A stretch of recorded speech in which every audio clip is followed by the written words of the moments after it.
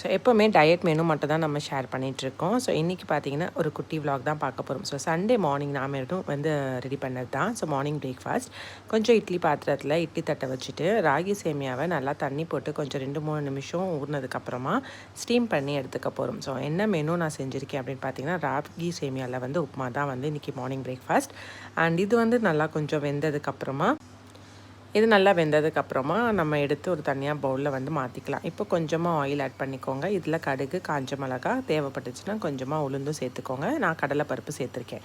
இதை நல்லா வதக்கி விட்டுட்டு தென் இதுக்கப்புறமா ஒரு மீடியம் சைஸ் வெங்காயம் நல்லா ஃபைனாக சாப் பண்ணி நல்லா ஃப்ரை பண்ணிக்கோங்க. இந்த கலர் சேஞ்ச் ஆனதுக்கப்புறமா இதில் பாதி அளவுக்கு தக்காளி சேர்த்துக்கோங்க. தென் இதுக்கப்புறமா பார்த்தீங்கன்னா கொஞ்சமாக சிக்கன் 65 மசாலா மட்டும்தான் சேர்த்துருக்கேன், வேறு எதுவுமே சேர்க்கலை.